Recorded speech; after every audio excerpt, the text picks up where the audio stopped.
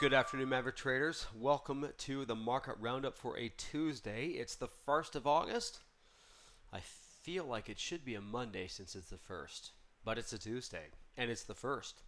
We are in the last month of summer when it comes to the summer break, when it comes to school, things of that nature, vacation, so on and so forth.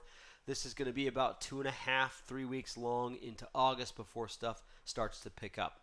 However, folks, we have seen a very productive, stubbornly bullish summer, which is great considering that a lot of these summers can be tough to trade because of the lack of volume and the increase in volatility of that lack. But it's been super bullish. Let's get into what I've got for today.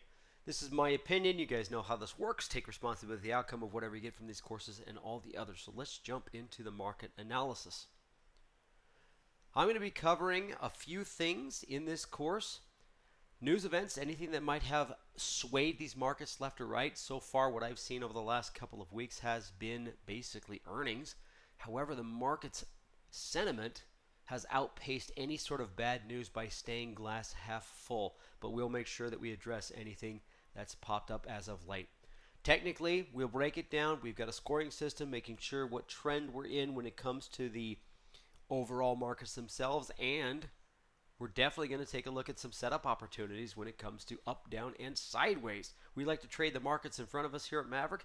Understand that if we've got a lot of bulls to look at, chances are it's because the sentiment is to the bull side, sideways and bearish, but we always want to stay balanced.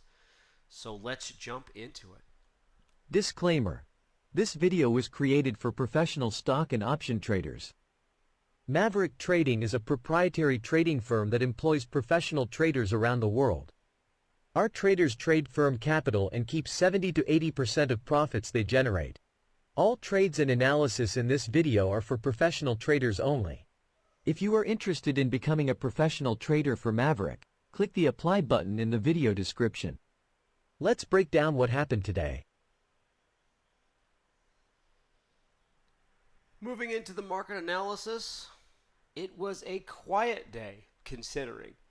Now, what I mean by quiet is we really didn't go anywhere. Now, that might look as kind of a hesitant day. It might keep us a little bit more worrisome if you are a bull, but we're going to get deeper here into the pattern in just seconds. But first of all, let's jump into the daily news, which I didn't see much. Earnings season continues.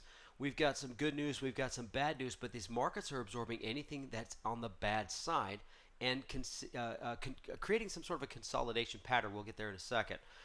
The markets do look a little bit tired. We had a pretty good surge to the upside, a pretty good inside day or a large gap up down day when it came to a little bit news driven with the FOMC statement. Raised a quarter basis point, but the market seemed to absorb that and say, hey, we're okay with that. And we didn't really fall apart. We've stayed sideways and a little bit strong. So I'm going to call it tired. This isn't bearish, folks, just tired. We're still in summer trading. A lot of traders forget about that. We get into April, May, June, March, April, May, and we realize, okay, that's just spring, but it feels like summer. Then you get into June and July, and then by the end of July, you think August is, okay, we're back into the fall. It's not there. We are still in summer, and we are, more importantly, into Q2's earnings results. So it's going to be volatile, and volatility's, or I should say volume is going to be low. So volatility will be present. We got to keep that in mind as we make these trades. Technically looking like a high base for now. We'll jump into the charts. How did we finish off though first? Flat. Dow, S&P, and the NASDAQ, look at that. Well below 0.5% across the board. The S&P and the Dow just exceeding or right around 0.25%. The Russells below 0.5%, oil flat, and the gold took a little bit of a dive to the south side, which I would expect, meaning based on what the Fed did, raising a quarter basis point and strengthening the dollar. But overall, not a lot of panic since that tumultuous day that we saw on Wednesday. It's pretty much been inside. It's been glass half full. Advanced decline line, 67% declining, 30% advancing. What I love about what we do here at Maverick and how we work with you guys folks, if you were to go to yesterday's end of day post, it's ipso facto, meaning we had about 70% in advancing and about 30% declining. So inside day from previous to the next, right? Monday was slightly lower, or excuse me, slightly higher. Today is slightly lower. No real change from day to day. That's why it's very, very important to gauge things not on a one-day basis, but weekly, bi-weekly, so on and so forth. Above and below the 50-day moving average, 70-30. So we've got 70% of stocks above their 50-day moving average and 30% below, nice and healthy. Let's break it down to the charts and get into a little bit more detail. Now, what I like about what I have seen is this ability to shake off any sort of consolidation. Now, folks, if you're a bear, then this doesn't help. But when you see a candlestick of this prowess, of this range, of this worry, seeing that the Fed did raise interest rates and they will stay to raise interest rates, you can take it as two ways. You could say that, oh gosh, it's a little bit aggressive. They're raising too much. I'm a little bit worried about where things are going to go in the shorter term, shorter midterm, next 6 months.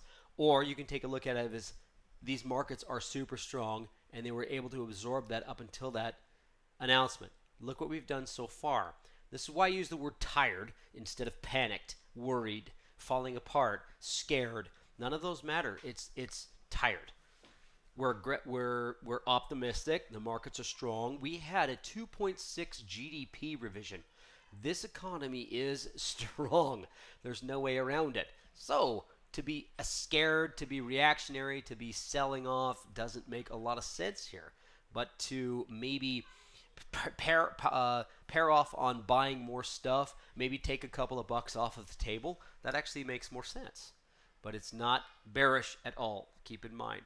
Here's the Qs. Qs are in the exact same kind of situation here. A little bit more of a reluctancy as they haven't really revisited that high that we saw the previous week or so before the Fed announcement, but it is still comfortably above this. I've got a 13-day EMA up on this chart, folks, for a reason, just to showing you how tight these moving averages are. And if you notice on the SPY, it is well above very comfortable, confident levels.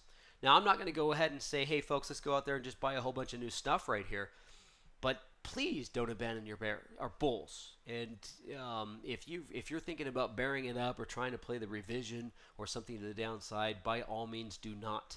A lot of traders get burnt trying to guess tops and play a little bit of slowing momentum, because that's all this is. Slowing momentum is often confused with weakness. Please don't do that. This isn't weak. It's just a breather. Take a look at our heat map. You can see some of the darlings taking a pause. Nvidia down 0.47%, 0.5%. Tesla took a little bit of a pullback. You know, you've got red in here, and it's probably going to be sympathetic to some sort of other companies' earnings in the same sector, or its earnings itself.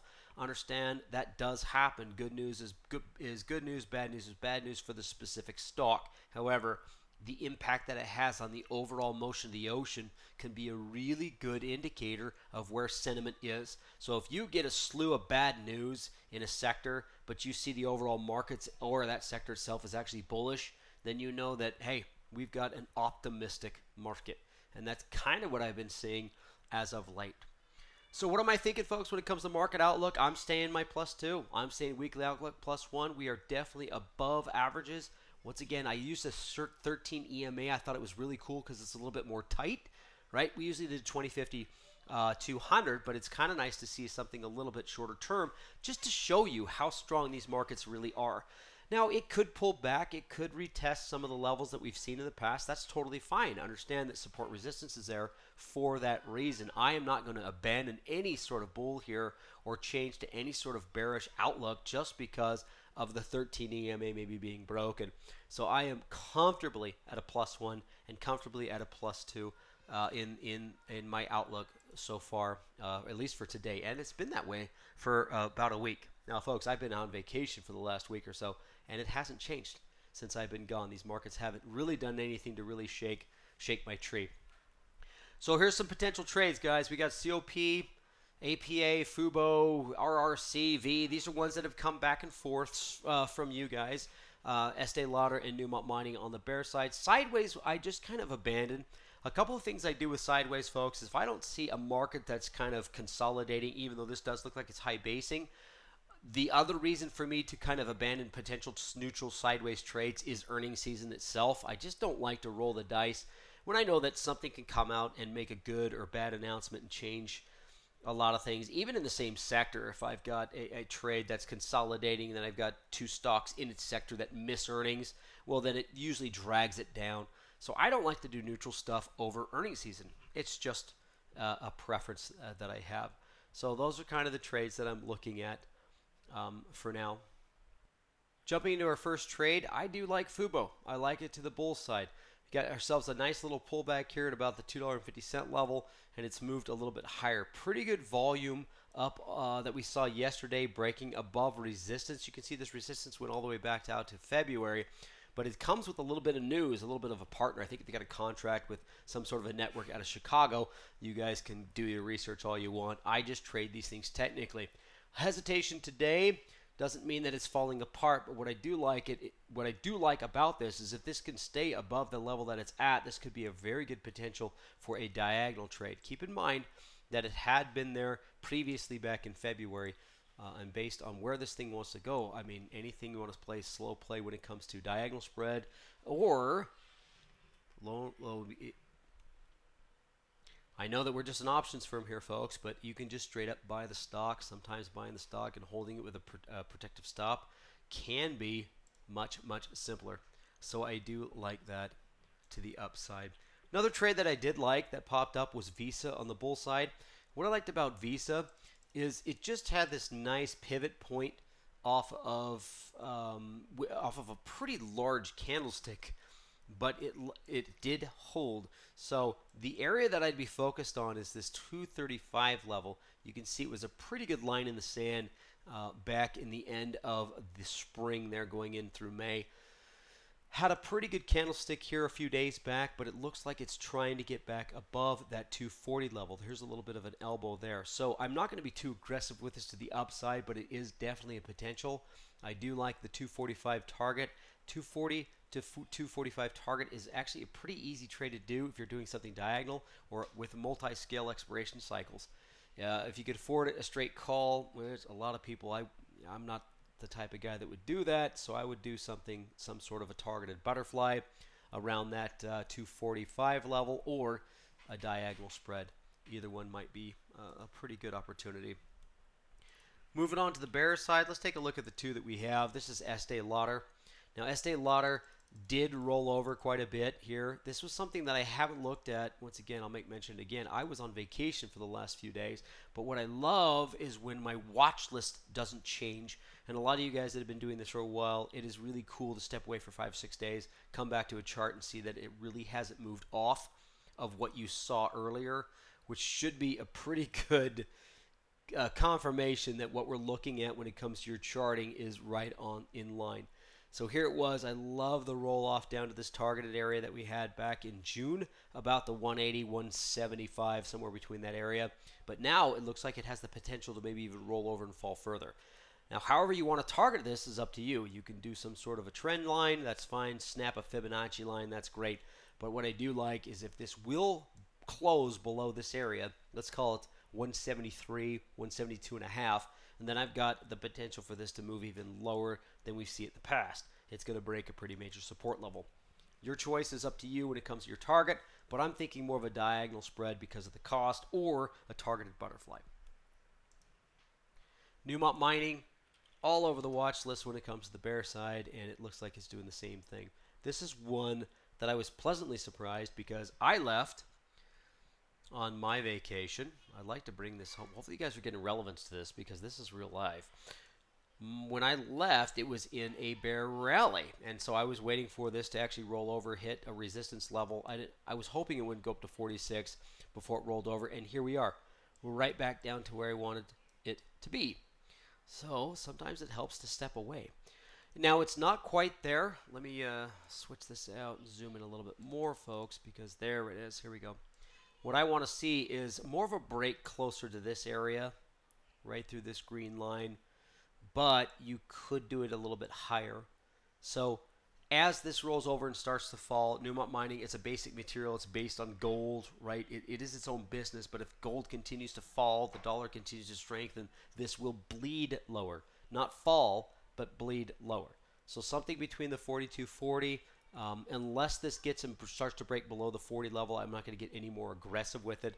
Once again, 4240 is an easy diagonal spread, super leveraged, taking in consideration that you could probably get a pretty cheap cost for a pretty decent return.